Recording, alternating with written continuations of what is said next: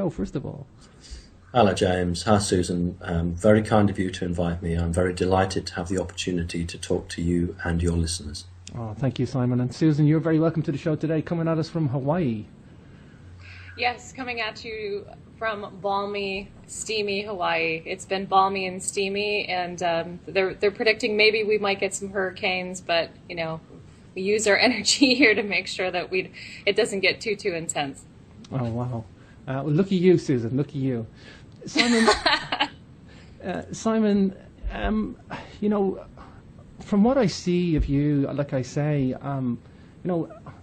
Let's maybe talk about the MP thing first. I think that's probably instrumental in kind of, you know, maybe guiding some of the early part of the show.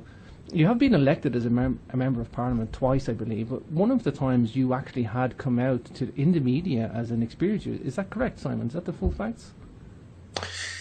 Yes, I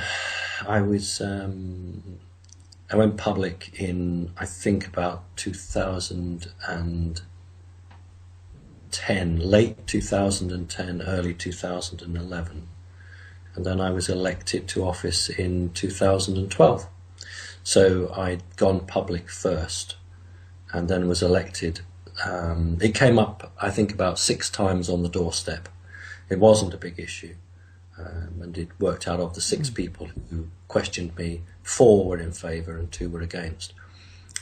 It put me in a very strong position because those members of the elite who would have a problem couldn't turn around and say that I'd been elected and then I'd told people about my experiences. Because I did it the right way around, Sure. People had a choice to decide whether they wanted me or not. And I was elected, and so it, I think, was a bit of an enigma for certain people. Yeah, you know, enigma is probably the best way to explain it because in one respect, you've had a strange situation with the media where you've actually gone from, well, let's say a media frenzy to some sort of an acceptance, somewhat, and partial acceptance anyway, I guess. I think, you know, there's been a shift in the media. Maybe we can talk about that. I know you were on the Morning Today show, and that was interesting, Simon. For the American viewers, by the way, it's a talk show in the UK on prime time television. But I mean, are we seeing a shift in the media? Not just maybe you can speak about your case in the media, Simon, and then talk about maybe the overall case of subject matter. Fine.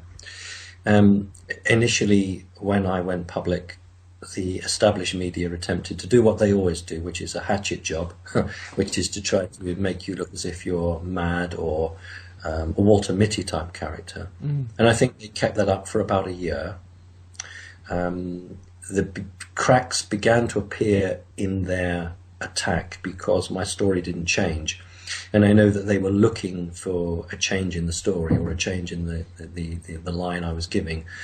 But what really swung it was simply that in around 2013, the Ministry of Defence in Great Britain, alongside with the American military, invited me for a 3-hour tour of an American military base in Great Britain. It's called the Fylingdales 3-phased space radar array. This is the only 3-phased array in the world. Even in America proper, they only have a 2-phased array. And this is a radar that's the cat playing the piano.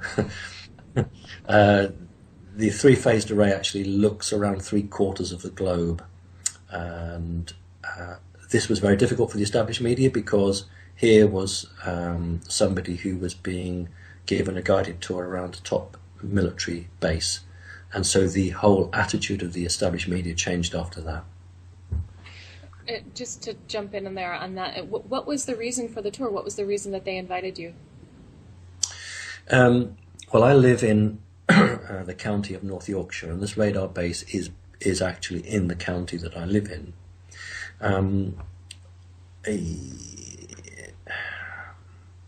My daughter was approached. I have to be reasonably careful.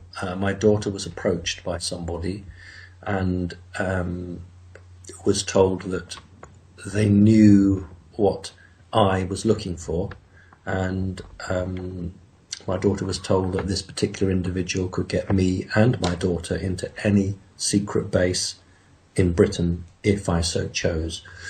And my daughter spoke to me, and I just said, look, I get this sort of thing all the time. It's a joke. Ignore it.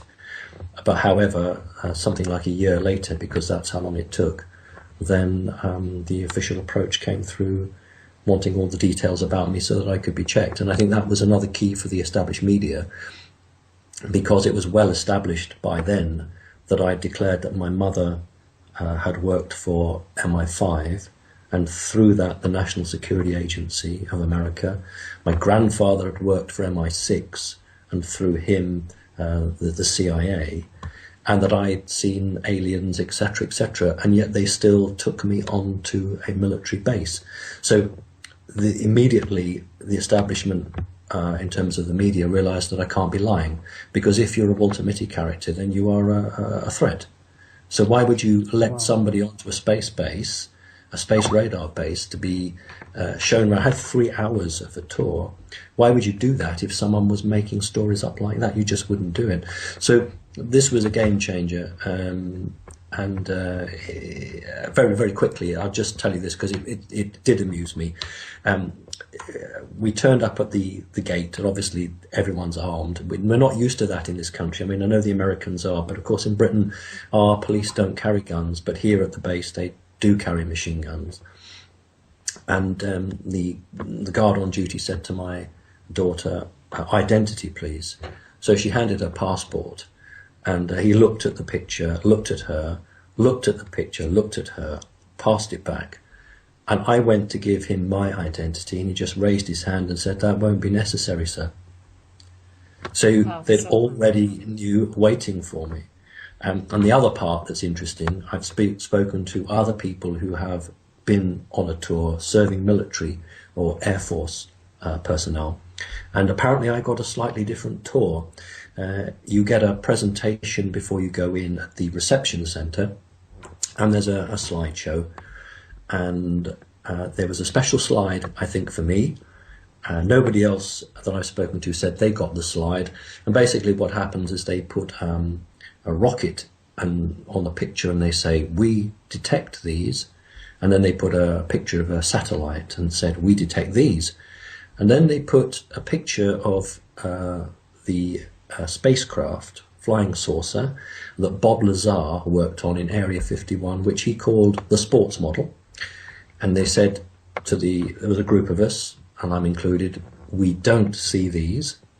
And then they showed a picture of the Starship Enterprise and said, "Ha ha ha ha, sometimes we see these." So what they were doing was saying to me in a very nice way, "Please don't ask any questions, don't embarrass us. We're laying the ground rules down. We're going to take you around, show you, but please don't go into this topic." Now that was specifically for me, and I mean, I appreciate that, and I didn't make life difficult for them. So they were very well aware of who I was. You can't let someone onto a secret base that you haven't checked out everything about them. So this was the key point, that the established media either left me alone or became quite supportive. So it seems like it was almost like there was a nod of respect there when, you know, your passport wasn't asked for, number one, but also it seems like what the media was trying to do was to create this polarization, right? You know, that here's this political individual that it has these, you know, extra dimensional type of experiences. You know, they're trying to create that polarization, and then all of a sudden, you know, you get this invite onto this base, and now instead of the polarization, we now have a connection. Now there's a bridge that's made, and now there's a level of being able to take this more as truth. I don't want to say more seriously, but more as truth. And I actually watched one of the video that James was talking about, the interview. I was watching the people's faces as you were speaking with them, and you could actually see that there was more of a level of acceptability, more of a less armored look that they had, that, you know, people have a tendency to have when they're interviewing about this subject, right? Especially if they don't know much about it. So it seems like there was definitely an impact and an effect as you were getting these other interviews afterwards. Susan, I think you've hit the nail on the head. what was interesting about that particular interview was I was asked to do two drawings, one of what we would say in Britain as a mantid, but Americans would pronounce as a mantis, and a reptilian, a draconis reptilian. And what they wanted was to do the backdrop shot and have my two drawings. And the continuity girl took my drawings and then came back 5 minutes later and said, "We're not allowed to put this one up." And they did not show the reptilian drawing. So they put the mantis up. And when I asked, "Why can't you show this one?" she just said, "I don't know, we've just been told we're not allowed to put it up." So when David Icke wrote his book, The Greatest Secret, and one of the chapters was "Don't mention the reptilians," I really smiled, because it is the case that there are certain organizations that are very, very cagey about anything to do with a reptile.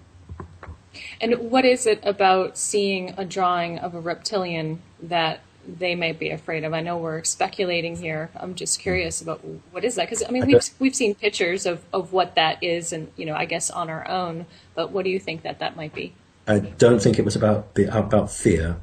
What I think it was there was a concern that if the drawing was placed up, one of the interviewers might have drawn attention to it and asked a specific question about them.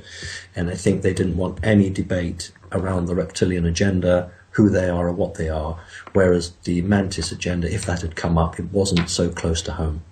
Wow.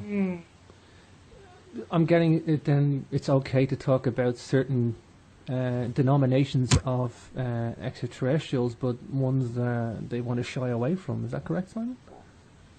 It's the agenda and the association. If you are familiar with an extra-dimensional being that is very independent in its dealings in terms of how it conducts itself, that's very different from something that makes an arrangement, or you sign a contract, or you sign an agreement with.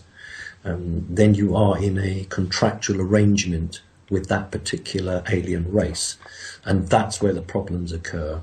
So there is a contractual agreement with the reptilian, or part of a reptilian faction, and that means that some people tread very carefully. Wow. Tell me about your time as an MP. I know we talked about the media attention, but working as an MP, having come out public, tell me about the man, Simon Parkes. Tell me about you. How did you go about business? Was it any different for you, Simon? Did anything really affect you on a personal level? No. When you're involved in politics, you should be in it. You should be in it because you care about people. Yeah. Sadly, that is not always the case. I was very fortunate because I was elected because I would make sure that the streetlights were working, that the rubbish bins, the trash was collected and done properly. So these were the issues that mattered to people. To be honest, I didn't care anything whether I saw flying saucers. The question was, have you broken the law? No, I haven't. Okay, there are plenty of people who have embezzled money, stolen taxes, and have lost their position as a politician. I hadn't done any of that. And also, oddly enough, because I'm quite articulate, the people felt that I could fight their corner. So if they were having an issue, let's say they have a planning application or something like this, they want someone to help to work it through. Well, they need someone who can hold a conversation, is not frightened of bureaucracy, is not scared of red tape, and doesn't buckle when the pressure goes on. So what they saw was a man who could do that, and that's why they voted for me. The fact that I saw flying saucers, to be truthful, didn't matter. That was the problem with the elite, because for them the issue was flying saucers, but for the public it was, how can this man make our lives better on a day-to-day basis? So it shows the huge disconnect between the people in the elite positions of power and the vast majority of decent, ordinary people. And this is what's happening. It's a grand canyon of distance between those on the ground and those who think they know what the people on the ground want. And I represented the people on the ground and always carried the support of the people on the ground. And because of that, it made it very hard for anybody to attack me. Um, what have you noticed in the area that you're leading in your we call them towns here, right? Or counties. I'm not sure what you would call them. Where you are. Well, we've got cities the size of towns, but yes. Okay, well that's what we call them here. What have you noticed? Is there a difference if you look at other towns that are nearby or other counties that are nearby, versus the one that is in your immediate area that you're responsible You mean for? demographics? Is that what you mean? Yeah.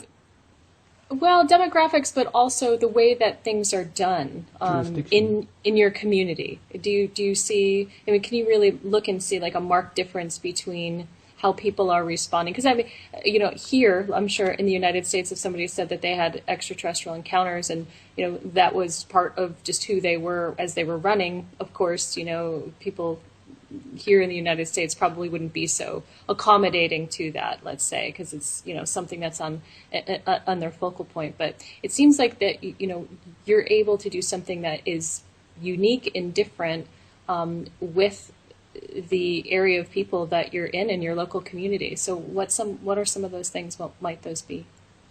Now, I think that the real answer to your question is that people in Britain are obviously more sick and tired of the official government than the Americans are. What's happening in Britain is that people are voting for individuals who are not coming out of the same mould, people who are fresh with new ideas, even people who seem a bit maverick or strange. In actual fact, that's what the electors want, because they are so distrustful of the usual type of message and usual type of person, that when someone is a bit different, far from running away from that person, they are actually then coming up. I mean, anybody who knows me knows that I can't walk out of the street without people coming up and shaking me by the hand. That's the reality. Now, this is what the people in the top positions don't see. But this is because for some reason, I've captured the hearts and minds of people. And I haven't gone with a story of fear or danger or, woe. I've gone with a story and a positive message. Yes, I first went public with the alien experiences because they were fundamental to me and some members of my family.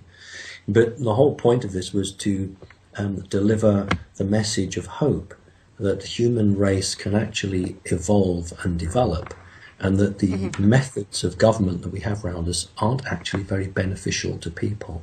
So it's been a tightrope between being loyal to the country that I live in, but being distant so that I am not corrupted by the same sort of energies or ideals that are prevalent in every Western world. Wow. I know you're not hippy-dippy about the whole ufology thing, Simon. I know you're very, very sane and very... Thank you. I know. I want to state that because it's true. You're just going into this thing like it's a new venture for you, or you're just telling your story for some fame. I mean, it's an important part of your life, and there's an experience there. And you have this other normal career as a politician, and you're very grounded. And I know from how you present the data, it's not done in a hippy-dippy way, as I say. I mean, tell us what you do think about it. I mean, tell me some stuff about your perspective on ufology as you see it, not as an experiencer, but as the reality. I mean, I'm talking from an ancient alien hypothesis to where we're at now. What is there an increase in activity? Things like that. I mean, are we in an unusual time right now? And tell us what the view of ufology according to Simon Parkes. Well, there are so many questions there that I can't remember all of them. What I will say to you is I cannot divorce being an experiencer from giving you an overview, because I will always be part of my life, and the expression that I give you will be with that. One of the reasons I went public was I was fed up with the fact that the subject matter had not advanced since the 1950s. I'd spoken to a very respected person who puts on conferences, symposiums, and he said to me, We like the idea of the flying saucer landing and the little grey men coming out and victim lying in the bed with sleep paralysis, and then the alien doing stuff and going away, because that sells tickets. Now, that was the case in the 60s, and it's still to a large extent the case now. We have not moved on. First of all, I don't see humans as victims. I reject that totally. Doesn't mean that people aren't harmed and people aren't hurt. That's not what I'm saying. But I do object to people making money because they are aiming at a certain type of genre or a certain type of message which doesn't actually address the main issues and doesn't push the matter forward. So one of the reasons I went public was to challenge not the people who have these experiences, but those that market those experiences. So that's the first thing. You mentioned ancient aliens. This is fundamental to the understanding of the human race. And the model that we are now, the Homo sapiens, the model that was created 220 to 250,000 years ago. Humans have been on this planet a lot longer, and aliens did not create us. But what aliens did was alter and change us. So the model that's on the planet now is a direct response to genetic manipulation that occurred around that time. So we have to understand our history, and we have to understand our place in the history, so that we can then be confident to come forward and be proud and to be able to hold our head up high, regardless of who or what we are, because some people would look on us as mongrels, as a mix. But my argument is life, and life is beautiful, and who is anyone to tell anyone else that they are less inferior or more inferior than anyone else? So it was really about challenging some viewpoints. So I'm not happy with the way ufology is developing. It's in the hand of a small band of people who seem to want to push the same old agenda. I would love to jump in here, because you are probably one of the only people that I've heard say something that I have believed has been true probably the vast majority of my life, which is the MLab is really a cold reproduction of natural contact experiences, or natural contact that humans have that come into this plane of existence, knowing that there's a relationship with these extra dimensional beings, right?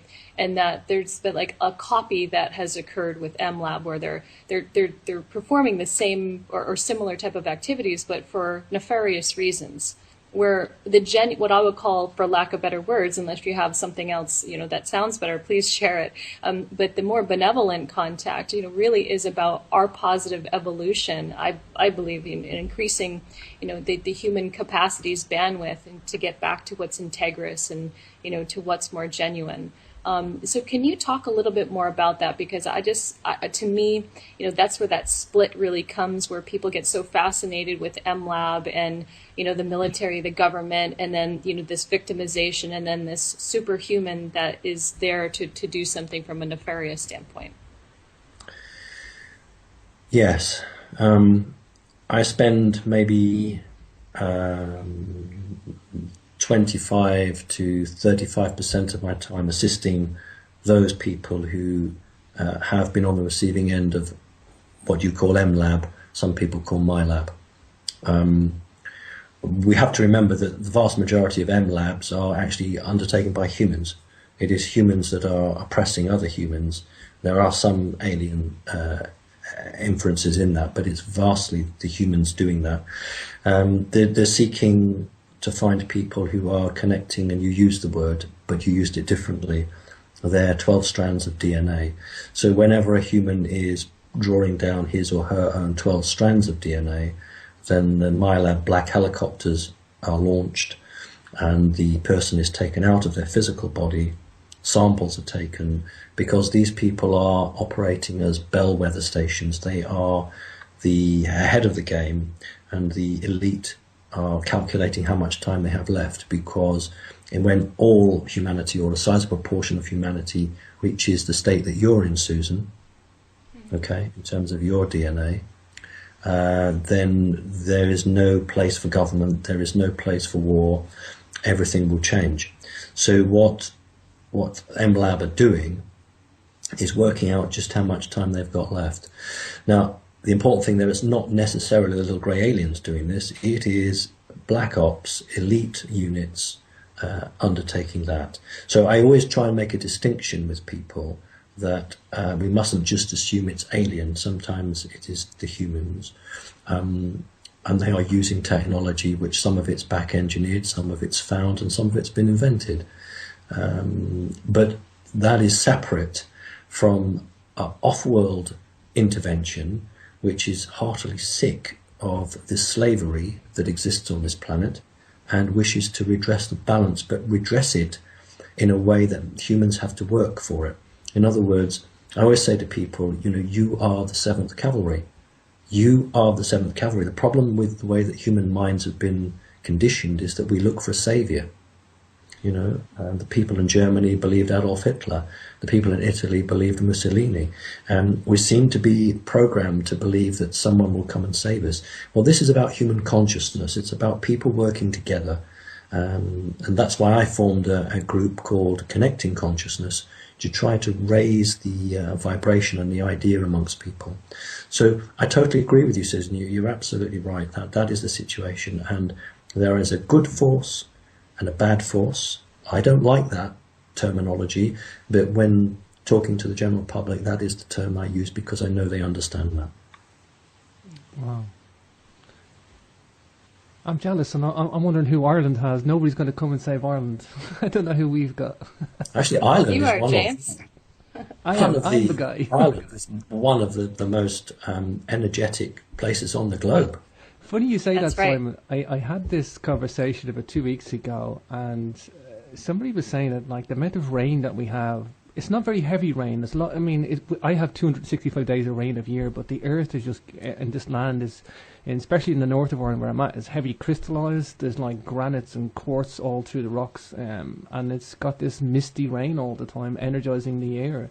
And everybody talks about a different energy here and a different feel and a different ambience. But funny you say that. What is special about Earth or the people on Earth? Or is there something special, Simon? Are we in a unique position in galaxy, cosmos, universe, solar system? Is there something special about us? And I don't mean that from an anthropomorphic viewpoint going, we need a savior. I mean, are we people of interest to extraterrestrials for a specific reason? Yes, it's the DNA. Yeah. It's the human DNA. When we talk about extraterrestrials, we're talking about alien creatures that have to travel from A to B in real time. So a very genuine guy called Charles Hall, who was a weather forecaster on Area 51 base, he talks about the tall greys. The tall greys are actually extraterrestrial, which means it takes them between 18 to 19 years to travel in real time from their place of origin to this planet. That is an extraterrestrial. But many, many, many aliens live so far away that they can't travel like that. They have to use a portal technology. So they are extra-dimensional beings. Now, when you are flying, this is where I suppose it gets more interesting, when you are flying an alien spacecraft, if you are reptilian, you can only travel at about twice the speed of light. That is why reptilians had to use portals to get anywhere. Human DNA can travel at 5, 6, possibly 7 times the speed of light. So if you can encode or understand human DNA, you can actually use it to fly spacecraft over and above the normal speed of your race if you're not humanoid. So that has always been the key to understanding why certain races wish to crack the human genome, and not just as we would understand it in this planet that haven't understood the real reason of the DNA. So that's one part of it. The second part is the planet. The aliens that I'm aware of refer to Earth as a water world. And that's very important. There are very few water worlds. And the other thing that's very important is the time that it takes planets to move around, because it means our lifespan on here is very short. And that's partly deliberate. It's been engineered so that our life is short. And that means we evolve very quickly. So if you are an alien creature who has a lifespan of 2,000 years, and you monitor the Earth for 1,000 of those years, look how life can evolve and change and adapt. We know from the Industrial Revolution how the moth was white, and then when the coal from all the chimneys made the grounds black, it was obviously seen and the birds pecked it. So in a short period of time, its pigment changed and it became black, so that it was hidden. And then when the coal-fired power stations were removed and the environment cleared up, the moth then reverted back to white. Now that's unique. That's unique. It takes creatures on other planets thousands of years to evolve.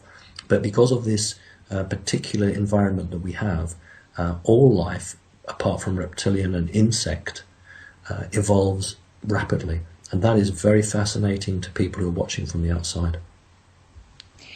And speaking about evolving rapidly, I know that a lot of the community, Simon, that are avid followers of you. When I say followers, I mean following your information, and people that are paying attention to what we're doing, here right now. There's been a lot of talk, hype, but also I think there are even like several months ago, people that were really feeling that come September of 2015. There's going to be this more significant movement, this more significant shakeup, and there's a lot of theory on what actually that might be, and actually what might happen. So I'm wondering if you had some thoughts on that, because there does seem to be this quickening, there does seem to be this acceleration in emotion, thought processes, what people are seeing in their day-to-day reality, and then just obviously what's shifting around in individuals' lives. So do you have some thoughts on that for what may be happening and going on? Yes, 2 points. Alex Collier, in a recent interview, was absolutely right when he said that the changes coming in the end of September weren't going to be the be-all and end-all. It wasn't going to be some great big event. About 2.5 years ago, a blanket of energy was placed around the Earth of a reptilian nature, which activated reptilian DNA in anybody who had it. For 2.5 years, we've been in a stalemate position. We've not advanced as a human race as fast as we were predicted to do so. What is happening is that we are getting a blast of energy towards the back end of September, which will just nudge us forward again, because we're behind schedule in terms of development.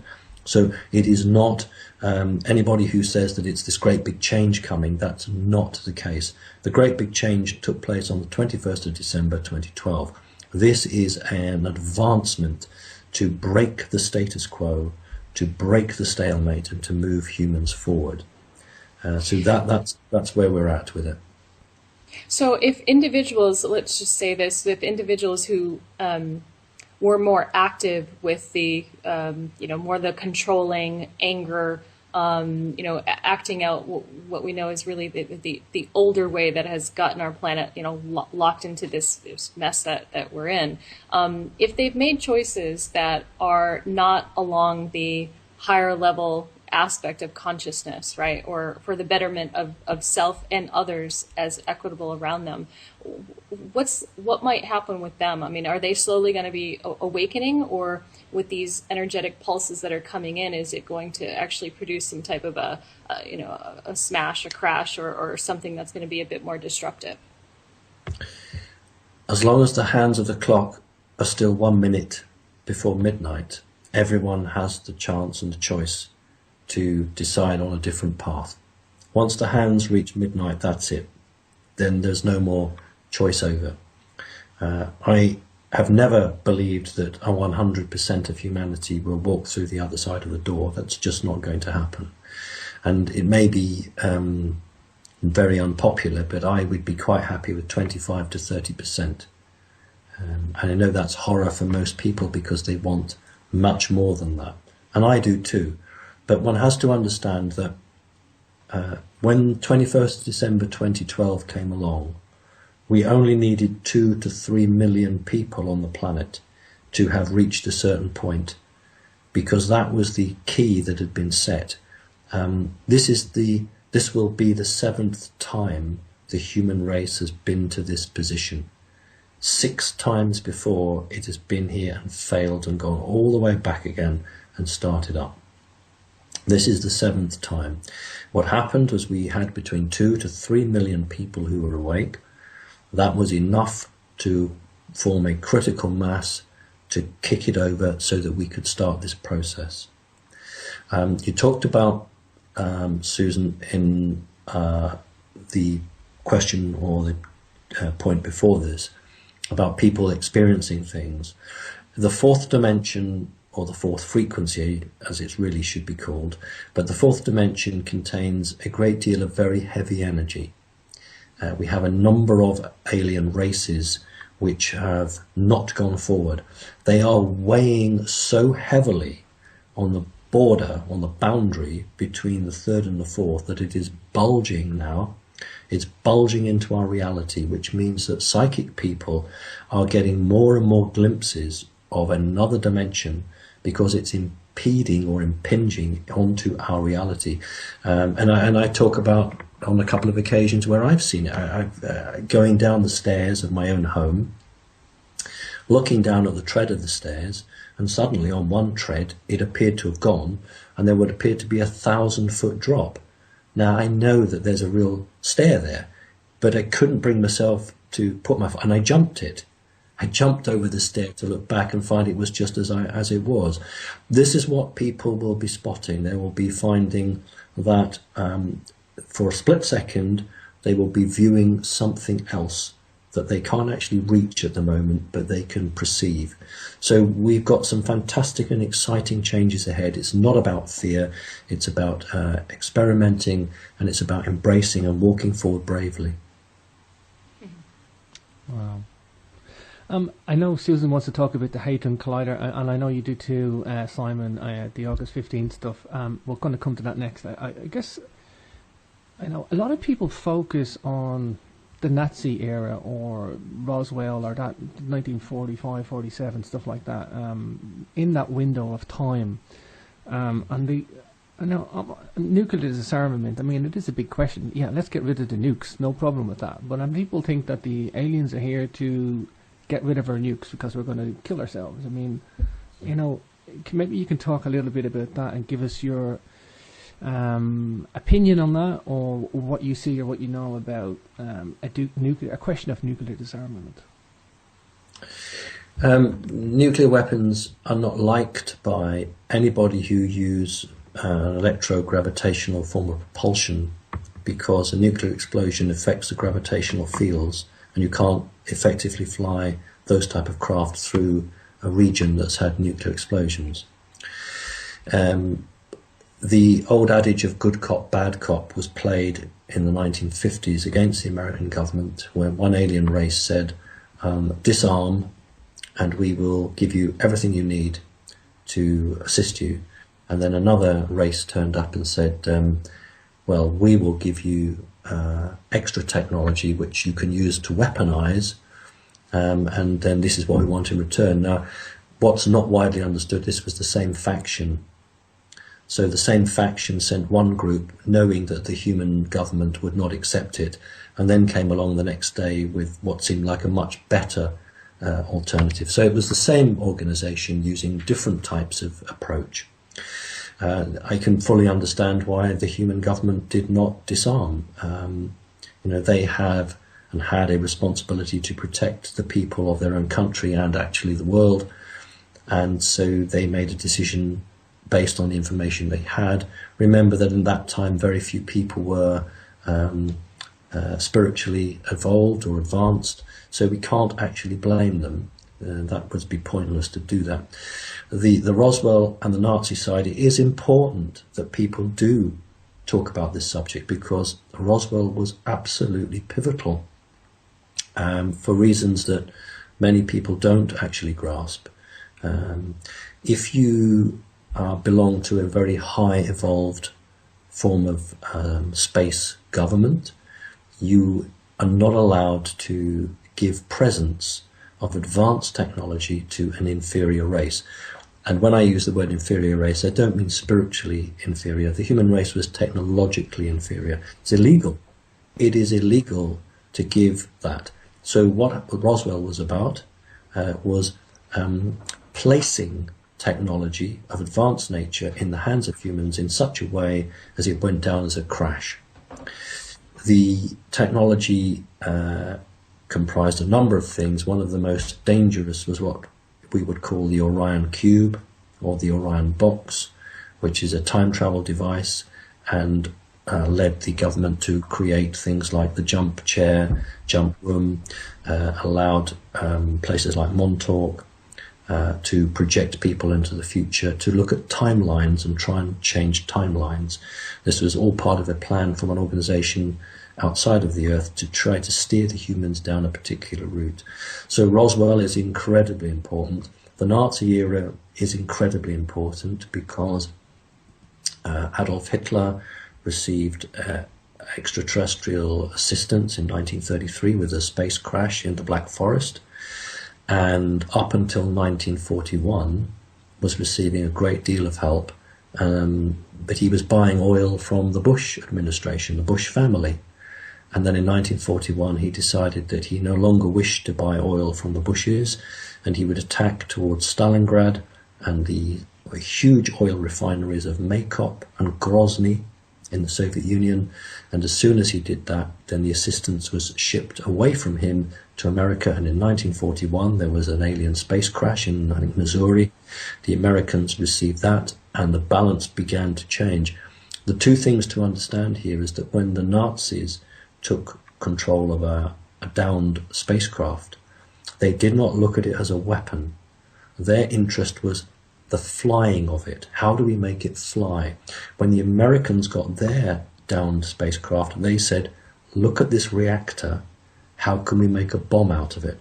And that's why the Americans were ahead of the Germans in terms of the nuclear weapon, but the Germans were ahead of the Americans in terms of the ability to fly a spacecraft. So different intent. Yes, absolutely. And that's why both Roswell and the Nazi periods, in their own way, are pivotal in understanding human history in the modern time. Oh, wow. Wow. Let's talk about the back engineering for a moment. I mean, everybody wants to know about what the technology is. I mean, how difficult is it to back engineer? I mean, I know this from an engineer, but just from yourself, Simon. I mean, this is going to be like levels of advancement so above us. They're not going to just make a new spaceship and go, well, we've got all the technology. Show me all the blueprints. Okay, we got them all, great, and let's build our own. I mean, they're only going to get fragments of the technology, Simon. Is that correct? Well, what they did was they gave old technology. They didn't give up-to-date technology, and they reneged on many deals. These are the greys we're talking about now. Spacecraft are created molecule by molecule. They're actually grown. That's the best way to describe it. Humans do not have that technology as such, but they have the technology to understand it. Humans are absolutely brilliant. They're fantastic. They can take something and do something with it. They don't understand that they are creating reality out of their thought, but that's what they do generally. My mother, my biological mother, her job when she worked for MI5 was to type out documents that had arrived from German scientists, ex-Nazi scientists, who were neither in America nor Russia, but had elected to stay in Berlin. And in order to not be prosecuted for their war crimes, they lost their status as German citizens and became not even citizens of Great Britain. They were managed by MI5 so that they couldn't be prosecuted under war crimes, but they could operate and work for the Secret Service. And then most of the Operation Paperclip scientists were based in America, but from time to time these guys were overworked. And so it was a spill-off device, so that any technology that couldn't be worked on, that was sent to this group in Berlin, who would then come up, and it was always the same thing. We have found this. What does it do? Can you make it work? And what application can you make us? So these documents would come through to my mother. Sometimes they were only 4 or 5 pages thick, when very little was known about it, and sometimes as many as 15 to 20 pages. There were always drawings and diagrams with it, and it always ran in the same vein. Ultimately, what can you do with it? And the reality was that they were only getting 10% out of its potential 100%. But nevertheless, that 10% was far in excess of anything else. So, for instance, I remember as a small boy, I would have been, about 7 or 8, reading what my mother had typed, and the shock and disbelief of scientists who were seeing a nuclear reactor which was literally only 3 feet in size. And they were, how can this thing produce so much power? So it was a great shock to humans to realize just how far behind they were technically. And this was the fear element, because it was an understanding that they really couldn't protect the people of the planet. They couldn't, because they didn't have the technology, and it was that frightened the military. Where do you think the technology is today with these groups that obviously we don't really know about? But where do you think it genuinely is today? And I know that today is a mark in time, and in some ways there is no time, so to speak, right? But generally speaking, where do you think it's gone to today? Well, it is on the Earth, or it's on the Moon, or it's on Mars, or it's held out of phase somewhere between the 3rd and the 4th dimension, depending on who controls it and who they don't want others to get it. So we have, the Americans adopted the underground base, the deep underground military base, from the Nazis. That's one of the things that the Germans did for America, was show them how to hide things underground. And most of the secret technology is hidden underground, operated by an elite within an elite. These are the guys that do the day job, and then at night time they put the new patches on their uniforms and go and do what they do. That technology is held by corporations who control elements of the military.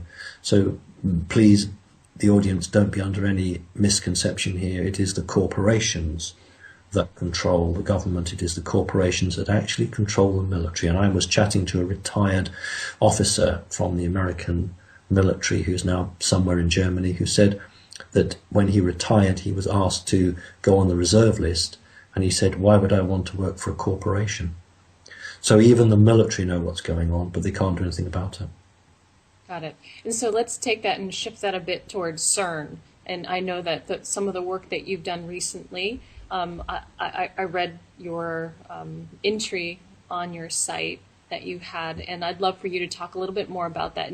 And also if you can educate the audience in terms of your perspective of what CERN is, and then also the work that you've done. Because to me, it shows something about like this, this heaviness about the military and corporations, and, people feel like, oh, I'm not empowered. What really can I do? And then to me, some of this work that you've done, because of these extra dimensional experiences you've had and the individual that you are in this human being body, and the things that you've gone through, show us about what we can do. So if you could talk about that, that'd be great. Thank you. The problem with CERN was that it wasn't a device to feed starving people or provide clean drinking water, nor was it a hospital where you could go and have cheap medical care.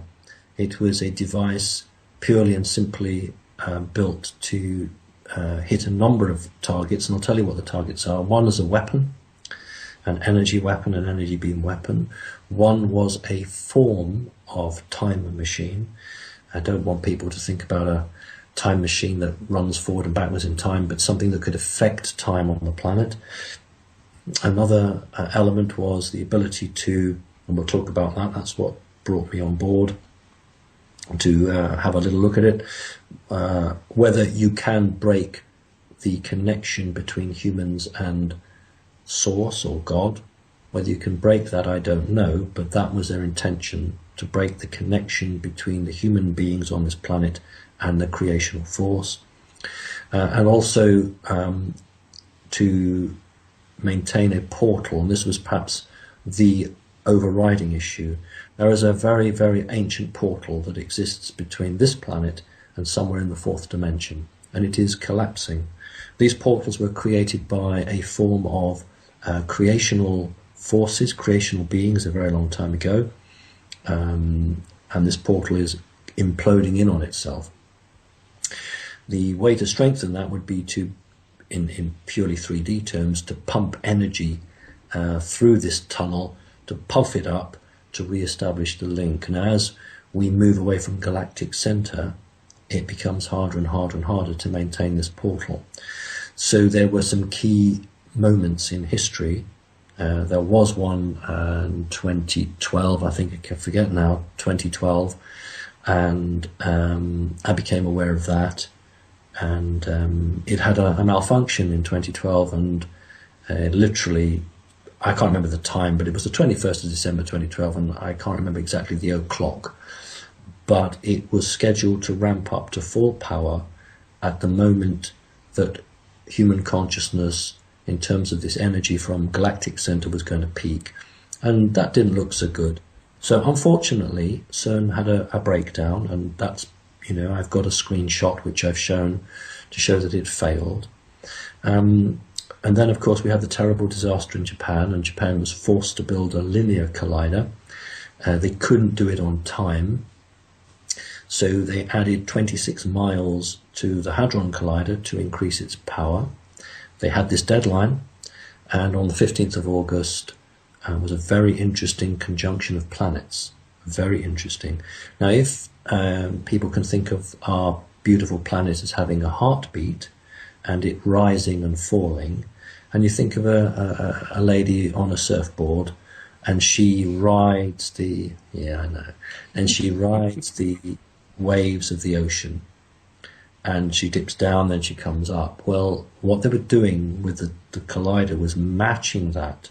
And if we understand how a traditional 3D rocket works, it can spin around the Earth, pick up the gravity, and as NASA calls it, obtain a slingshot. So you can actually obtain more energy to throw yourself out. What they were attempting to do was to ride the crest of this natural beat of the Earth, and with that to ramp up the energy, obtain more, and do something perhaps not very beneficial. So I have formed a group called Connecting Consciousness, not in every country of the world. I'd like it to be in every country of the world, but groups of people, and at 12 o'clock British summertime, we all over the globe, wherever we were, did meditation for 5 minutes, and the assertion was that the connection between the creational force and humans will not be broken. That was the energy that was sent. However, whether whoever this is knew that we were going to do this, whatever, they activated the CERN device at 3 o'clock in the morning. So they literally called all their scientists out of bed to activate this device a good few hours before my group was supposed to meet. I have to tell you that, and I can even tell you where, that device suffered a fault in the cryogenic chamber. And the computer registered a fault, and it continued to register a fault even after it had been repaired. Anyway, that's by the by. They managed to get it working, and by the time we were doing our meditation, this machine was actually operating again. And I have a screenshot on the website, or I think I sent it out on a newsletter. 6 minutes after we finished our meditation, it failed again. So it didn't happen. They didn't do what they were planning to do. Now, obviously, I'm very disappointed that a very expensive piece of machinery didn't work. It's a great shame when scientists from all over the world work so hard and have no knowledge of what they're doing. They believe they're looking for some unusual particle or something, and it's only the very few who perhaps have the real agenda at hand. So I'm really sorry that that occurred, and I think it's a great shame. But nevertheless, I think it's a good outcome for humans. So that's that.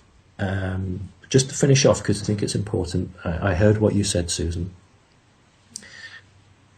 I have no problem with people sending love to X, Y, or Z, but people have become frustrated. They sit in their armchairs and they say, I can't make change. And the fear is that they then get the gun or the petrol bomb and they feel that change has to come through violence. It doesn't. And what I've demonstrated, and I've used the establishment's own evidence to prove this, that you can make change by thought. The process of thought can actually bring about change. So what I did was I gave focus to people. You want to do something, you're sick and tired of being on the receiving end, you can now do something, no one's going to die, no one's going to get hurt, but you can actually bring about some change positively for this planet and the people on it. So I gave a focus in that. And we have the evidence that that worked. So, you know, the message to people is violence isn't the way, don't want that. We have a much better way of dealing with it. So we've got some other plans coming up. The next one is to punch holes in the grid that surrounds the Earth, the energy grid. We're going to knock some holes in. So yeah, it's been exciting times. There has been payback. A number of those who took part have been psychically attacked. So this isn't a tea party, this isn't a game.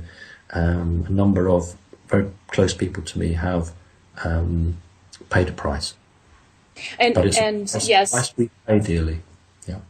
Absolutely. And two things. I just wanted to say thank you. First of all, the explanation that you gave about CERN, I think, is incredibly important for people to understand, you know, in more detail what really is happening, like what really the intention of it is. And I think you did that beautifully. The other thing that I'm hearing you say is that when we tap into, you know, this, the more constructive part of who we are, that's really touching into our superhuman abilities. That's what I call, you know, which won't be super anymore. It will be, everybody will be operating like this at some point, you know, in the future, or maybe mostly everybody.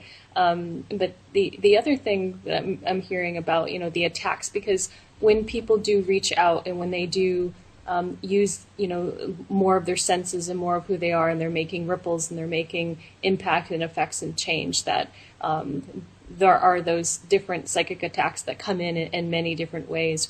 What do you see? And what that does is it has a tendency to, you know, shut people down, make them go away, and, you know, just start to do the more mundane things in their lives and not the things that are really, you know, there to make a huge difference. So what do you see are some things that people can do to either avert these attacks or to manage them when they come in? What have you seen that really works in real time so we can lessen that gap of our, you know, light warriors and brothers and sisters that are out there doing this and that are feeling that? In every Illuminati, in every true Illuminati household, there resides a very good copy of the Lord of the Rings. And in one of the chapters, there is a chap called Barliman Butterbur, who is the innkeeper of the prancing pony. And Aragorn, or Strider, is talking to him, and he says to him, you know, about the situation, and Barliman Butterbur says, well, I don't know what the likes of me can do against the shadow of the East. And Aragorn replies, not much, but every little helps. And that's the point here, that everybody, no matter what they can do, if they do something, they are adding good intent. And it doesn't matter whether you're sticking a postage stamp on an envelope to do a mail shot, or whether you are joining with a group of people to send healing to some place or some person. Every ounce or gram of good intent puts on the scales and begins to drag it back to a much more balanced environment. I am one person with a small group of really, really wonderful volunteers. And I'm not a corporation. I don't have large teams of people doing this, that and the other. But if I had the time, I would run workshops to show people how to psychically defend themselves. If only people realized what they're capable of doing. And this is what it's about. It's about freeing up the individual from the mind control of the establishment that seeks to disempower everybody from childhood, as soon as you go to school, basically, into the education system, and you are convinced that you can do nothing.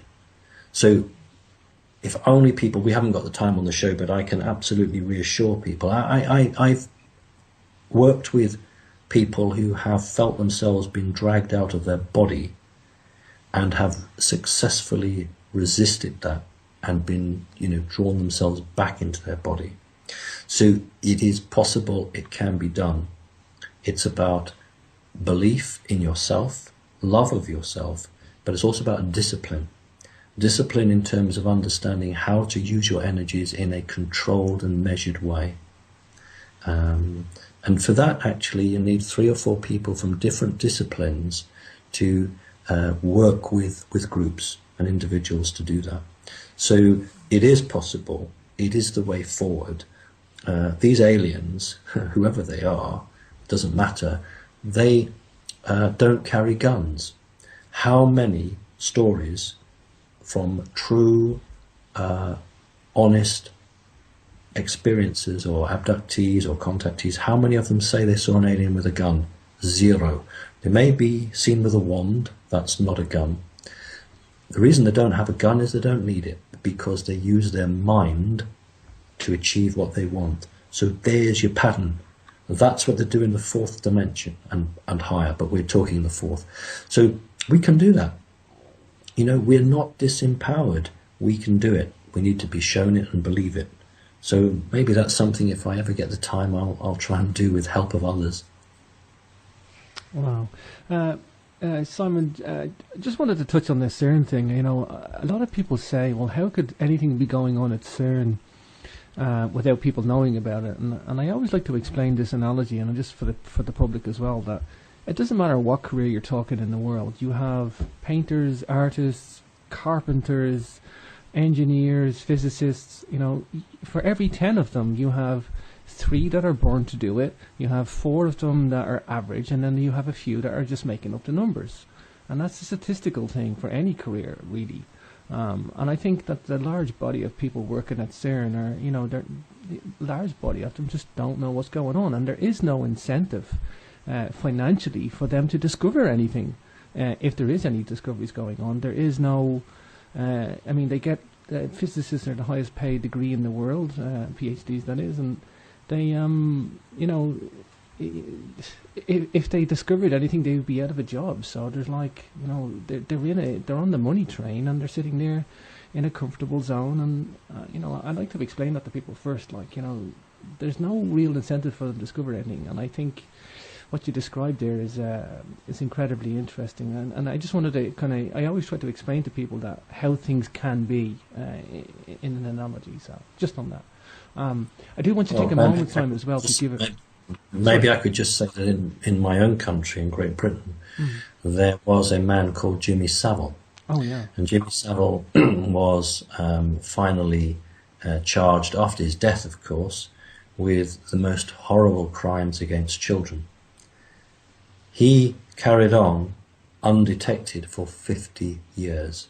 And the answer to your question, that I know you know the answer, but you're posing it for the audience, is that when you have the backing of the establishment, you can hide anything for a period of time, not forever, because the truth always comes out. But for 50 years, this man attacked and abused children, and it was covered up. So CERN has been going for 5 or 6 years, so it's no problem for them to hide something for 5 or 6 years. Yeah, it's nothing. It's small time. Yeah. So I do want you to take a moment to give out your website, what people can expect to find there, and what you do. I know you do talk to people as well in consultation as well. So maybe just take a little moment to give that to Simon. Well, that's very kind of you. It's simonparks.org.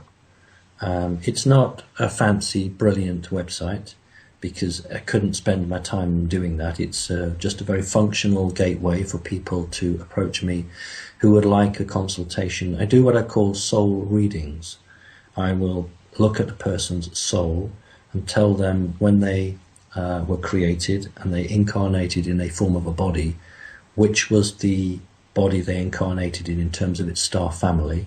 I'll also look at their higher selves, that's the energy around the body, and tell them about their past lives. Although they've had different bodies, the energy signature is the same. It remains the same, even though the body changes. Also, if someone has a demonic possession, I will work with that. If someone has had trauma and has a number of personalities, I will work with them to have that reabsorbed. If a person has suicide programs placed in them by satanic cults, I will deprogram and remove those. It does take a lot of time. And I don't charge a lot of money. I won't mention the person's name because that's ridiculous, but there was one person who a friend of mine approached and said that his consultations were $1,000. In which case my friend said, I thought you were different. I thought you cared about people. I do care about people, and I charge between £30 and £50 for a consultation. And the problem is, that some cultures see that as wrong. Some Americans, God bless them, said to me, well, you can't be very good because you're not charging very much money. And I said, no, I'm charging a little money because I want everyone to access it. It's important to me that everyone has access to it. So my bread and butter work is the soul readings. My calling work is for those who have been abused by secret societies, and that's the sort of work I do. I'm very, very familiar with jinn, with demon energy. My soul has a long history of understanding these creatures, and they can't stand against me. So I'm quite in demand for that. So thank you for allowing me to plug it. We closed the bookings, but we're opening them again. And we're going to run the bookings until I'm booked up to Christmas. And then we'll close them again. So this week coming, the bookings will be open. If anybody wishes to book with me, first come, first served, please have a go. So thank you, James, for allowing me to have that few seconds. Thank you. Susan, have you got any final comments? I just got a little final comment to wrap up on, but I'll let the lady go. Oh, are we going already? It's only midnight. Well, I said I'd only have you for an hour, and we're already over, Simon. So you're cool anyway. I know you're a pretty relaxed guy. Yeah. Well, and I could ask Simon questions pretty much all weekend long, so it's Aloha Friday here. By the way, I know that I was born in the United States. I did move to Hawaii, which does consider itself sovereign from the United States. So there's a very different culture that is actually growing from a swell of a number of different activities that have gone on here that haven't been so kind to the Hawaiian people or the land. So, we're thousands of miles away from the actual mainland of the United States. So just a little side note there. I think some of us here are doing what we can to create those acupuncture spots in places around here that are, kind of hot spots from an energetic standpoint.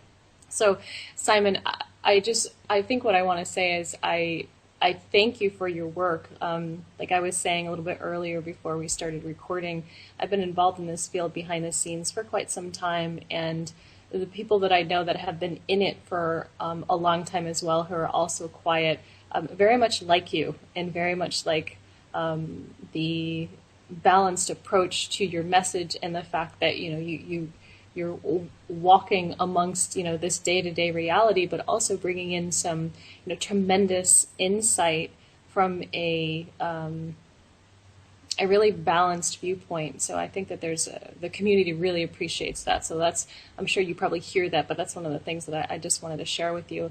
And also, I think that it's like this human trap in some way, because the human being is this amazing potential, yet there's also some traps that we get into that, call them fallen angels, call them what you will, that, that people come into this plane of existence and then get caught up with, the money and get caught up with the power. And if you happen to be maybe a little bit more aware from a psychic standpoint, or a little bit more gifted from, precognitive standpoint, then, you can do things that are not so kind from how we actually work to move things forward. So I think that there's traps that can be here along the way. And one of the things that I really love about your message is that, look, you're there to help the people that are around you, and you realize that if you start to charge a certain rate, or if you start to do, you know, more, then you lose that connection. You lose almost that sense of integrity of who you are, and that's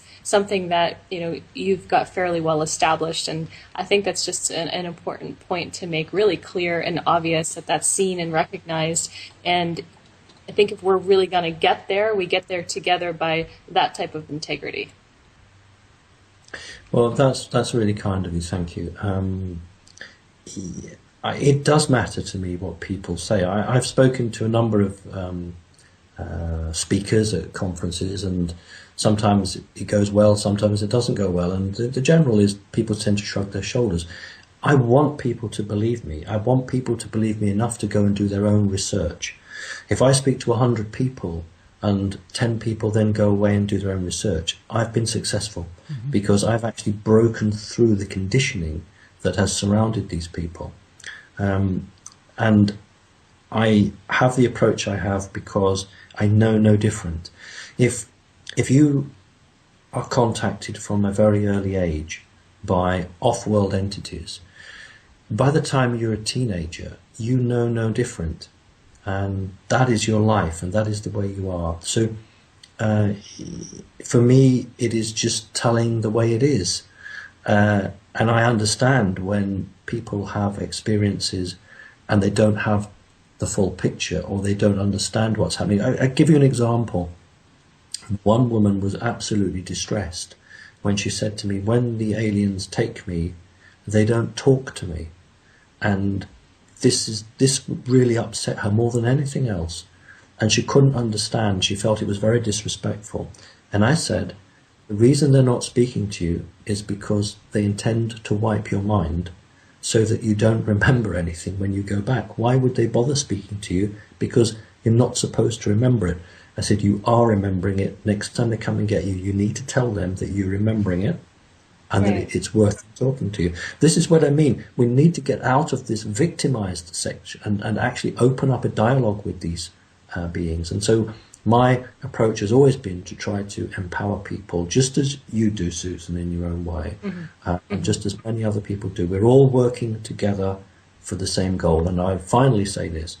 I contain 30-odd%, 33% of reptilian in my soul. Susan, you've got very little reptilian in you. But it's not where we were or where we've come from.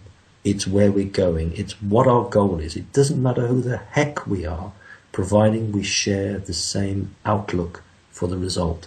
And this is what we need to do. We need to all work together and not judge each other, and just say, I've got this skill, I can bring that to the table, you've got that skill, let us work together. And until we can destroy egos and the people who always want to lead from the front and be seen in the spotlight, we won't get anywhere. So that's what I've always tried to push. Absolutely. Thank you. Yeah, we're okay for time a little bit, guys. I'm fine, as long as you've got tape to go, we'll just keep going. We keep going. No, it's fine. I just didn't want to overstay my welcome with you, Simon. No, I'll sit all night with you, I don't care. Well, and I'm having a great conversation too. You know, what I like, Simon, and this is for Susan and yourself, is that I come at this from, I'm an engineer and a scientist, but I'm very alternative too in my thinking, and I mean that across from the board, from mysteries and stuff. And I come at this from an ancient history, and I always say to people that if you know who you are in the past, and I mean not just your identity, your cultural identity, or your country. I mean who you are as a person. I mean deep antiquity or human origins. I go back 50,000 years, go back to Paleolithic, get past the patriarchy stuff, and I just love history. I love our origins, and whether that's the 10,000 BC barrier or the 2,500 BC barrier, civilizations and ice age, I should say. I love knowing this stuff, and in a series of our origins, I've come across this ancient alien hypothesis, and I've come into it from that angle. And it's not just a quest for me, did aliens build the pyramids? It's a question of have we interacted on many levels with beings in the past and or the future, and I don't separate it anymore. And that was my route into all this, and now I get past this Roswell stuff as well, because it's not just a technological nuts and bolts thing either. I think males tend to do that in ufology. They just get all fascinated with the craft and everything, and it's a question of spirituality and consciousness and evolving. And I know that's been a shift that's going on too. There's not a fear thing there anymore. There's a question of spirituality and consciousness, and it's great to meet Susan and Susan come on the show and to interact with people on this level, because that's where I see it now. And it took me a bit of a long journey to get to this point. So, it's just great to talk to you today, Simon, and Susan. How about a bit of fun on this planet? All right, there's very awful chauvinist jokes about women driving motor cars. It's a common held view by men in many countries that men are better than drivers, or at least guys can park a car into a smaller space than a woman. But it's also a point that on this third dimensional world, in an argument, a female will generally win the argument by stringing together sentences quickly that are hard-hitting that a male cannot cope with. Mm-hmm. This is because of the DNA. DNA is a communicating device. We're on a third dimensional world, therefore we verbalize. But when you go into the fourth dimension, and we don't verbalize, we use telepathy, we find, and I mentioned this earlier at the beginning of your program, that we fly spacecraft with our DNA. That means that women, females, make better space pilots than males. And in fact, in the fourth dimension, you mentioned Roswell, James, the pilot of the spacecraft was feminine. In fact, she was the only one to have a soul. All the other 6, and yes, there were 6 others, members of the crew, had no soul. They didn't need it. But most pilots are feminine, and the females make far better space pilots than males. And I love Star Trek. I think it's fantastic. But the pilots of Star Trek invariably at the controls are male. And the captain is invariably male, and this is just wrong, because the pilots the controllers would be female. And Captain Kirk, and it's always the original Star Trek for me, Captain Kirk says, set a course for Starbase 12. So they press all the buttons. Now in reality, if you said all stop or turn left at Neptune, by the time you press the buttons, you'd be 50 galaxies past where you were supposed to stop. You cannot press buttons to control a spacecraft anything like the speed of light. You have to control it with your DNA through the contact of your hands. And that's why females make better space pilots. And I just want to add that, because it makes me laugh on this planet. We laugh and laugh and laugh. But the reality is that in the higher dimensions, females are better pilots. I think I know why. Go on. I'll make a joke, because I'm a mom, by the way, and I have a very, very busy life, and I say, I think it's the single mothers that are in training to do this, because if you're working multiple jobs and you've got multiple children, you're having to take and make the best out of every situation and make sure that the health of the child and that the home is okay and going wonderful and that everybody's being fed well. So it's like you're managing all this life energy on all these different levels, so you have to keep it straight. If you don't keep it straight, then there's a negative impact. So that's my philosophy on it. And whether or not that's entirely accurate, it's my joke that I kind of go through on a daily basis, is thinking, is this a joke? Like, what's this preparation for? This has to be preparation for something, because how are we able to take all of this and keep it all straight? It's very nice, Susan. I mean, we've not met before. This is the first time I've met you, and it's really nice, because I don't know if you're aware that you have a small percentage of mantis in you. Part of your soul has that non-human element, but the vast majority of you is what I would refer to as higher human. And anyone who's had a reading with me will know what a higher human is. You come from a very high dimension, your soul, but you have this connection with the mantis, which means that you and I will have a connection. We already know that. It's very nice to meet someone with that history. And it's also interesting that you only have a little bit of reptilian energy. You don't have much about you. And I think that's given you a very pure thought and a very clear idea. But you are quite a warrior, my darling. And privilege for me to meet you. And James, perhaps one day I'll do you a reading as well. I'd like that, Simon. I really would. Let's do that, because I have got questions and I have got curiosities, and let's do that, Simon. Let's do that. Let's talk about that.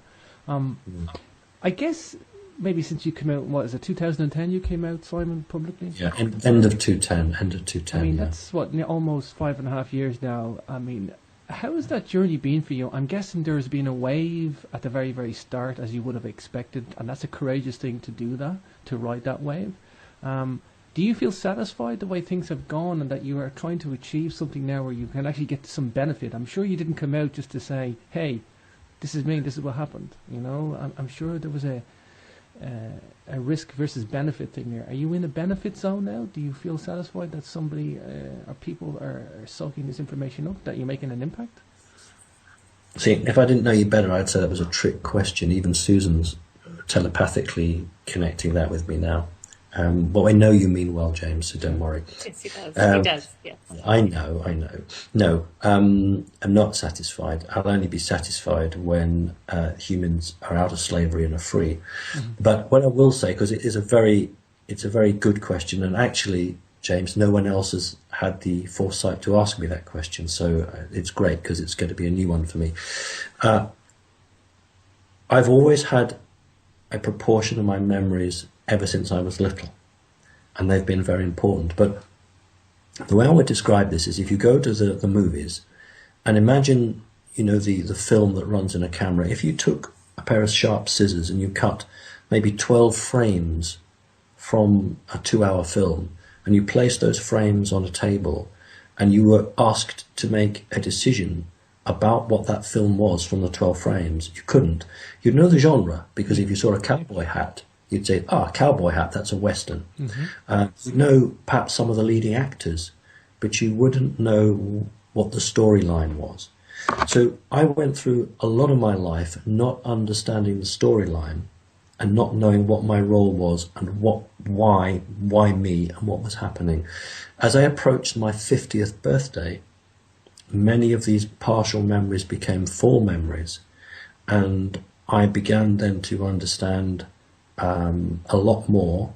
I became a lot more awake, and so when I was being visited by off-world entities, I was actually remembering in real time and being empowered to go into a conversation with them. So instead of just allowing myself to be awestruck by what they showed me, I changed in my perception, and I started to question and ask, not in a vicious or a negative way, but in a way of, I have a right to ask. Mm-hmm. And I began to say to them, I want to remember this, so that I didn't get the mind wipe. And that was empowering, because I then understood who I was in my soul, what that history in my soul was on this planet, and why I was being visited. And then I felt why I had to do what I had to do. And when I also realized that the elite on this planet knew who I was, then I was unlikely to be taken out. And that empowered me. The only time there's ever was an attempt to kill me was an unauthorized attempt. That's when I had the employee of the Rothschilds with me, and our car was rammed. But that was 3 members of a Masonic lodge who acted without instructions. And the funny part of the story is we were in the hospital. This is the employee of the Rothschilds and myself. We were fine, we were protected, but we had bruising. And this young woman turned to me and said, I've just had a message. They're asking who should die for this. And I returned and said, no death. Punishment, but no death, otherwise we're as bad as they are. So this was a message the reptilians had sent her, who needs to die for this. This is an element that even researchers don't grasp, don't understand. There's a depth to this that many people don't actually understand. So it's a life we lead, and there are many of us, and no one is better than anyone else. the only time I got angry, and I'm not going to mention the guy's name, I did a radio show with a person who wrote a good book. And his good book was all about grey aliens. Mm-hmm. And he basically said, oh, mantis don't exist. So I said, well, your aliens are better than my aliens. And this is where we shouldn't be like this. We're supposed to be working together. Mm-hmm. But people forget actually where they came from. They forget their grassroots. They forget what they're there. They get sucked in, and Susan's right. They suddenly get onto a crest of a wave or enter some form of hierarchy, and money, popularity becomes more important than the message. It's, I must write another book. I must do this. I must tell everyone how good I am. Well, you're no better than someone in a bank who's just there to screw over all the community. Yeah. So I always ask people, judge person by what they do and ask your soul about them. So I am what I am, and I'm not going to change. And hopefully that the message that I have resonates with many people. And all I ask is they just go and do their own research, and they trust themselves. They listen to what their true self tells them, and they act on it. And, you know, that's the way to empowerment, isn't it? Beautiful. Mm-hmm. Simon, I mean, we talked about several different entities. Maybe just for the public, tell us the who's who of extraterrestrials or aliens or extra-dimensional beings, the mantis, the reptilian, who's who, maybe the main groups or entities, and tell us what they're like with each other, or do they interact with each other, and then how they. And and just how those groups then interact with us. And I was just going to add to that. Sure. A little bit of a different, another layer. And as it relates to the people, like the human beings that are connected to these different entities on the planet as well, because I think that's the other bridge here that's important to look at. Sure. Yes, Susan, there are two types of connection. Let's just, I can't speak for, it's very difficult. I can't speak for any alien group. Mm-hmm. But I make decisions on this planet and every day of my life which have impact on two particular alien groups, because I contain 30% of one group and 30% of another group. Therefore, every decision, every thought, everything I do shifts a balance either one way or another. So I can't possibly know all the different groups. When it amuses me when, not you guys, because you guys are very knowledgeable, but they say to me, what are the aliens doing? And I say, which aliens are you referring to? Mm-hmm. There are many different groups of greys. There are more than one type of reptilian. So what we're looking at are those aliens who do not respect the international law. These aliens who think it's perfectly acceptable to interfere in human politics and have done for thousands of years. These are the key players simply because they have changed and altered humanity. So we are talking about the Draconis reptilian, who believe themselves to be the creation of humanity, and they believe they have the God-given right to do what they want. You have the mantis, who play a bit of an in-between game between working with the reptilians on one hand and then helping the humans on the other. You have the greys, the enslaved group of greys who work for either mantis or reptilian. Then you have the original greys, who have the smaller eyes, by the way, who don't work for anyone but themselves. You have a native form of reptilian. You have reptilians from the Orion Empire, from Sirius or Sirius. You have a feline species who actually played a big part in building the pyramids on Mars, as well as in Cairo. There are lots of different groups, and then you move into the humanoid groups, the ones perhaps advising President Putin at the moment, and those who are conducting a warfare. So the Palladian groups, to a lesser extent the Lyrans, the Arcturans, the Andromedians, and many others who I haven't had the privilege of meeting, who have banded together to form a council or a group and are doing what they do. So that's it. Now, Susan's point, though, is quite good, because there are a number of elites whose soul can connect back through history. Now, when people talk about bloodline, they're referring in two phases. One is a bloodline of the body.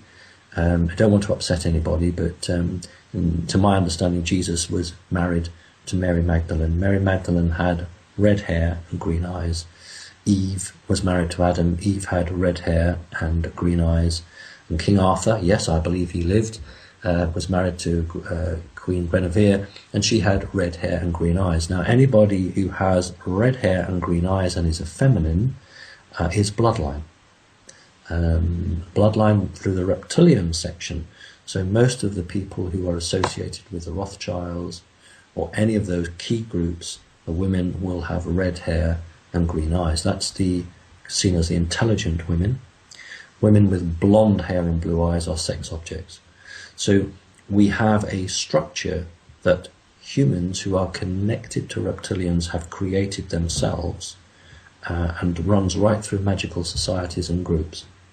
So you have maybe 2 or 3 meetings a year when a alien entity will address the powerful families in many countries, and they will give reports to that alien entity. We have some interesting changes in China at the moment, and in Indonesia we have the Red Dragon Group and the White Dragon Group. These dragon groups actually are assisting organizations in America who are attempting to bring truth. So there's a lot happening, and just because something is reptilian doesn't mean it's overtly bad. You know, this is what happens. We tend as a species to judge. There are those who are working quietly away. There are small in number, but they're working quietly away to bring change. So you are a human creature. You are connected to many things, and one of them is a reptilian culture. So it's that individual's choice as to how they work with that entity, whether they want to give it up and try a different approach, or whether they want to stay in the same old vein. All I can say to you is that the time for these people is fast running out. Humans will be free. I don't know how that will end and what the pattern will be, but humans will be free. And it's much better for these organizations to come over and embrace that change than to be dragged kicking and screaming at 10 seconds to midnight. Make a positive choice, please, and actually do something for the first time in your lives that actually benefit other people and not just yourself. Wow. So, it's lovely talking to you, Simon. You've got there's a balanced nature about you. You just like a nice soul that's trying to give some positive information, and it is amazing knowledge, and a lot to take away from that. Let's talk a little bit of politics. Whether we're talking shadow governments or the baddies behind the front people, or because I look at, to be honest, you mentioned Putin or Obama or whatever. You know, I look at some of these figureheads, if you want to call them that, and I know you come from a political background too, but I don't know what to think half the time. I don't know if I feel sorry for these people because they're puppets, or you know, that they're not really inherently bad and they're just acting out because they don't know any different. Maybe these people have been groomed their life to be these figureheads, and there's a group of baddies behind the stage. And maybe you talk about that. And what is the agenda or interactions between extraterrestrials and political infrastructure? It's a load, okay. It's a load there. No, it's all very good, and it all links in. If you want to control a planet, you ensure that you produce hybrids who are human enough to pass every day, but are alien enough to believe that their loyalty lies with the alien faction. You talked about ancient aliens on 3 occasions now, James. With ancient aliens, you have a city-state and you have hybridized leaders who then manage the people. And this was a pattern that was created by the Anunnaki, who, as the human population expanded, could not keep control of it. They had to devolve authority down, and that's exactly what we've got. That's all government in the Western world and outside of it is a model of this system. Is I cannot control a population of 1 million, so I need to put my people that I trust into positions to manage, and we'll put layer upon layer upon layer of control, so that in the end, the last layer is doing the very basics. And so by the time any aggravation comes through, it's all been filtered out. So what we have is a system of control that was created over a very long period of time. Sorry, James, can you say what the first part of the question was, because I've lost that? Just about the shadow governments. Yeah.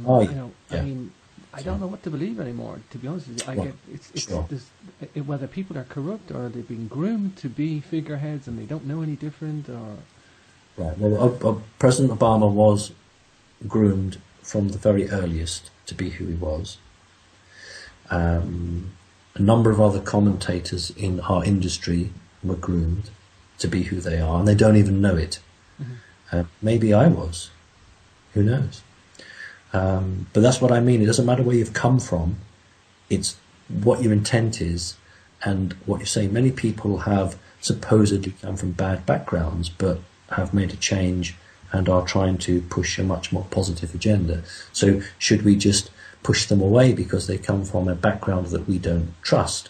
Or do we say, we like what this person's saying, and that's what we'll go for?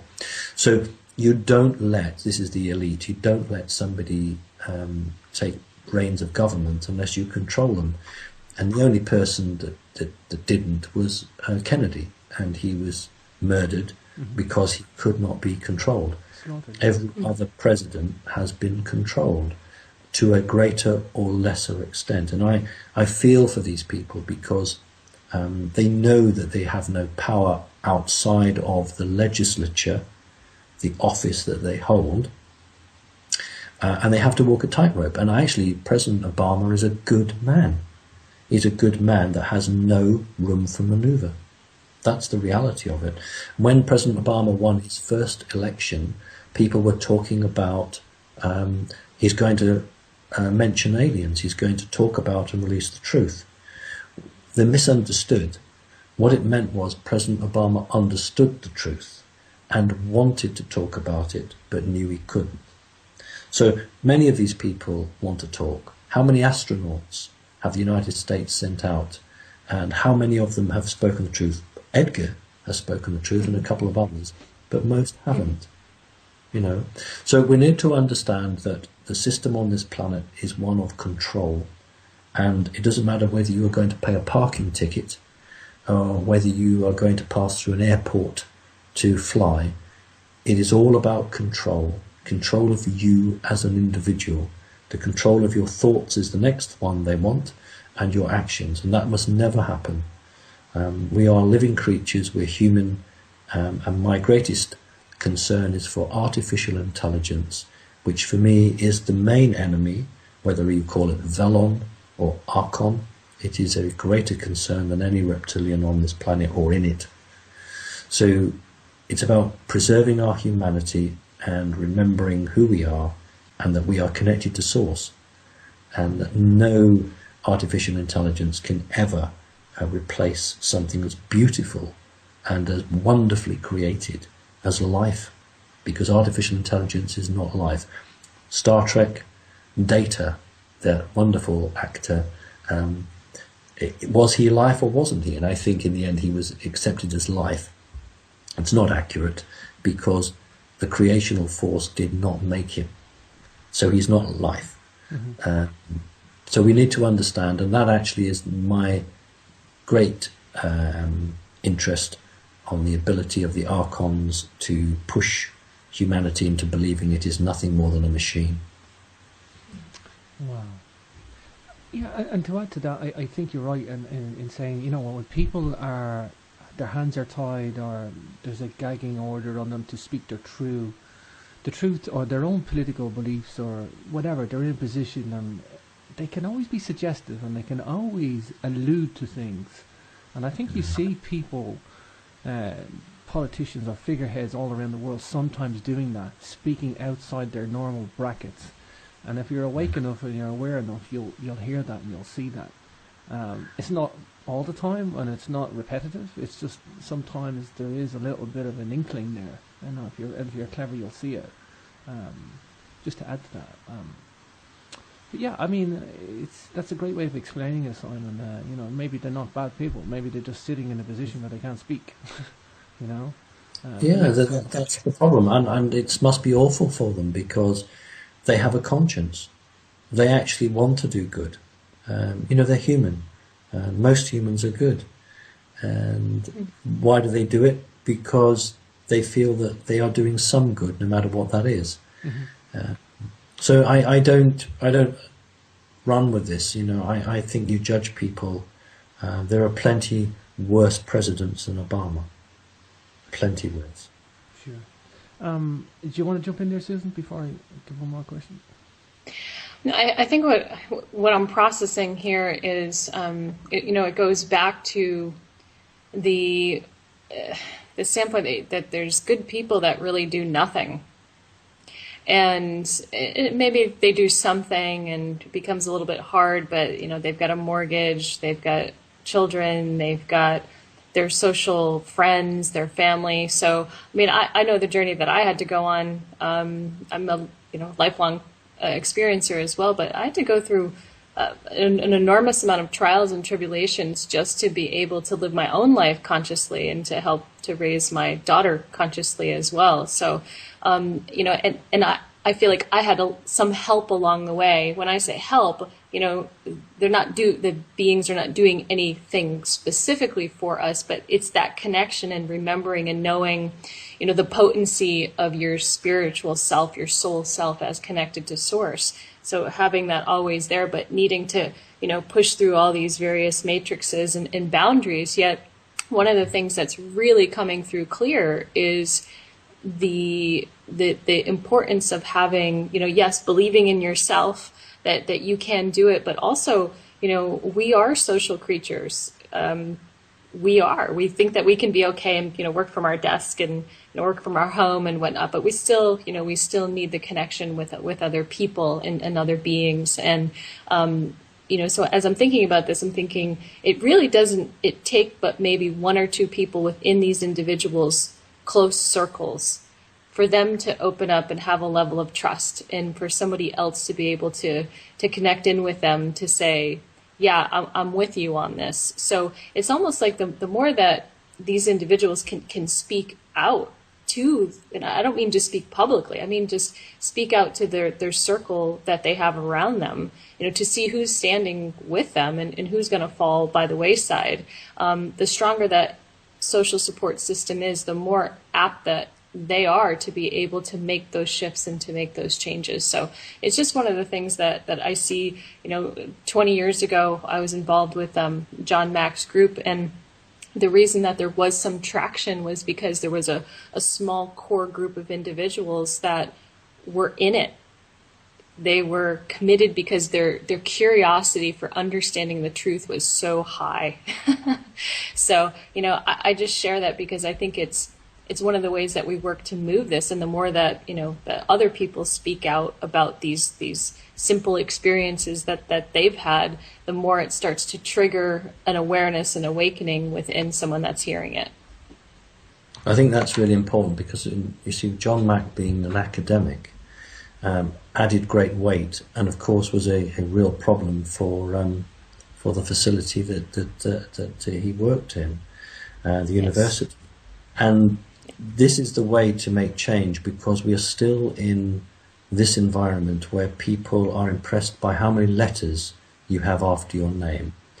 You know, if you go to a court and you argue, then one expert after another is pulled in, and the expert with the more letters after his or her name is the one that tends to win the day. So it's important in this environment that we can draw professionals, and I'm really lucky. I've got a doctor, not a medical doctor, but a scientific doctor who has joined my website, and he has a page on my website and he writes on that. And I would strongly urge anyone to join websites that are slightly alternative to add their weight to it, because what you're doing is you're actually showing that there is a place for science and this alternative view, which is in actual fact the real view. It's the same view, but looked at from different aspects. One is a very controlled and blinkered view, one is a much more open view, but there is room for both because both are correct. This is the point. And so John Mack was an incredibly brave, I never met him, but he was an incredibly brave man who understood the truth and had to balance so many different conflicting parts of his life because of the very nature who he was. And I wish that the principals and vice principals had been a lot more supportive to him at that time. And it was a tragic loss in the sense that his physical body was taken from us. But obviously he didn't die. I mean, those of us who know he didn't die, and be very interested to know where he is now. I hope he's looking down and looking at those who have worked with him and around him, to be very proud of them for not giving up and for continuing to push the agenda that we have to go down. So yes, academics out there, jump on board, be the first. Why not? Very good. Thank you. Wow. Yeah, I'm genuinely interested in doing a consultation, Simon. I really am. So I'm looking forward to that, and we're going to do that soon. I'm going to wrap things up in a little moment, Simon. I'm actually going to be in London when you're speaking. I got to hook up with you, brother. The UFO Academy. Tell us a little bit about the venue in Watford. All I know is I'm speaking in Watford. I'm very, very delighted to be invited. The reason I am so keen is because it is very hard to break into the London circuit. Oh, yeah. Venue prices are so expensive, it's extortionate. Most groups can't afford to rent properties. And the other thing is that so many people in London are chasing money. It is where you can make more money in this country than anywhere else. And so if you are hooked into this cycle of making money, your capacity for challenge and spiritual understanding does reduce. And it's no coincidence that the number of individual small groups that are raising consciousness predominate outside of London. Now that's a great shame. So I am delighted to be invited to Watford to give a talk. I think there are 3 speakers and I'm one of those speakers. Anybody who comes, please come up to me during the break and we can get a cup of coffee together, have a chat. Unlike some of these people, I am very happy to meet members of the audience. I don't arrive in a big limousine, do my talk and then whisked away. I actually want to meet people. It's important to me. And never forget who I was and how I started off. And no matter how many radio shows or television shows I do, I will always stop and talk. If someone's got something to say and it's intelligent, I want to hear it. So yeah, I love to meet people to turn up, and it'll be great. So I will be staying over because it's too much of a journey for me. So after the show, I'll be there to have a drink with people, etc. Sure. I got half my family tree in Bradford, by the way, Simon. Oh, yeah. So, yeah, half of us are in Yorkshire, and this the other half that we don't see. We call them. Well, you're in the other part of Yorkshire, remember? Yeah. It's a big journey down to London for you. I can see why. So that's the UFO. It's 5 hours, if I'm lucky. If you're lucky. Well, that's the UFO Academy Presents, and that's 17th of October 2015. I'm going to check that out. I come to London twice a month, so I'm going to try and catch that. Just want to say one last thing, Simon. You do a radio show yourself? You doing Connecting? Yeah, I was JP Wolf Spirit Radio. JP has the radio show, and he very, very kindly said to me, "Would you like to have your own show?" And I thought, well, never even thought about it really. Well, why not? JP seems a really nice guy. So, yeah, it's the first Sunday of the month, I think, and I do a couple of hours from 7 until 9. I actually like it when people can. JP is not too keen on people phoning in for technical and operational reasons, but there is a way to get emails in. I love shows where people can ask me questions. I did a couple of live Skypes to the Elm Theatre in California. I was so delighted because after I did a presentation, they just put an open mic session, and everyone just formed a queue, and they just came up one after the other and asked me questions. And I always smile when radio shows say, do you want to know the questions beforehand? And I say, no, I don't want to know the questions beforehand because it won't be fresh. My answer won't have that spark to it. It'll be some rehearsed nonsense. So I love it when I have a show when people can contact me and speak to me and ask what's important to them. And it doesn't matter whether it's been asked 10 times before or we've all moved on from that. It's important to that person. That person wants to ask me a question because it means something to them. And I will always try and answer courteously and as fully to the best of my ability as I can. And, this has been a lovely show because the energies of you two are different, and that's made a nice balance.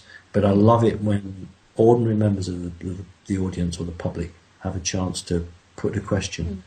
And I don't care how challenging they are, as long as it's a sensible, reasonable debate, I love it. Well, I'm going to wrap it up with that, Simon. Today's guest has been Simon Parkes. You can follow him on simonparkes.org, and you'll catch the events and the material that we've been talking about there. Simon, I really thank you for your time today. It's been an absolute pleasure talking to you. I feel enlightened after the show. I really do. And Susan, thank you for being here too. I want to thank you both. I've really enjoyed it, and I hope it's been some use. And I would like to have the feedback from your audience whether they enjoyed it or not. So thank you. God bless.